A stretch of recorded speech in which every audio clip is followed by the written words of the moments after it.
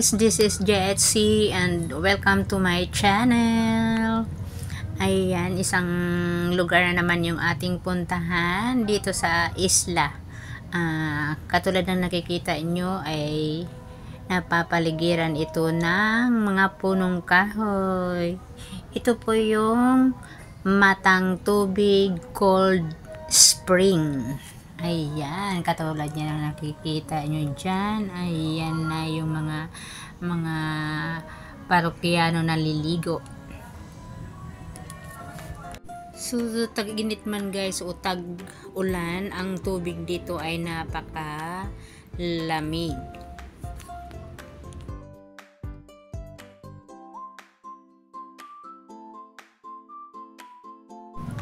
Katunayan guys, kapag naglagay kayo ng soft drinks dyan sa ilalim ng ilalim ng tubig, mga ilang minuto lang malamig na yung soft drinks. So ang napakaganda pa dito is ayan, kaya siguro presko is talagang napapaligiran sila ng mga malalaking punong kahoy.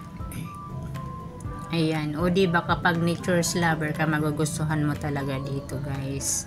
So ayan, walang masyadong dumadayo na na liligo sa ngayon.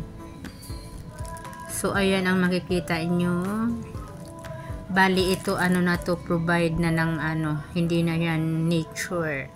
Bali ginawa na ng tao yan, ayun, para may magandang daanan.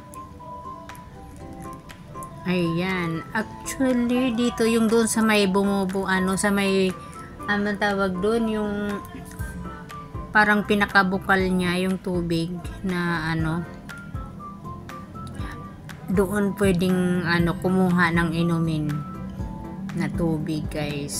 So kaya lang kung syempre kung maraming naliligo, hindi ka talaga pwedeng pero doon sa may kung saan bumubulwak yung tubig, yung galing sa ilalim, doon masarap ang inumin ang tubig guys. So ayan ang napakagandang dinarayo ito. Maraming minsan may mga turista na pumupunta dito kasi talagang pag lumusong ka na po, Ginoo, talagang napakalamig. So yan ang pwede maraming mga naglalaba, ayan, katulad yan. Sa ibaba yan, hindi yan sa doon sa ayan, sa ibaba lang ang pinaglalaban. Pero minsan may mga pasaway na naglalaba doon sa doon sa may malaking pero hindi yan pinapayagan. Actually mga naliligo lang ang pinapayagan. Yung sa yan sa ibaba yan. Ayan. Yan ang pinaglalabahan. Kasi merong mga patungan na bato. So, iyan lang muna guys ang sa mga see you next time sa aking susunod na video. So, yan ang tinatawag naming Matang Tubig Cold Spring. Kasi talagang napakalamig ng tubig. Sana makarating kayo.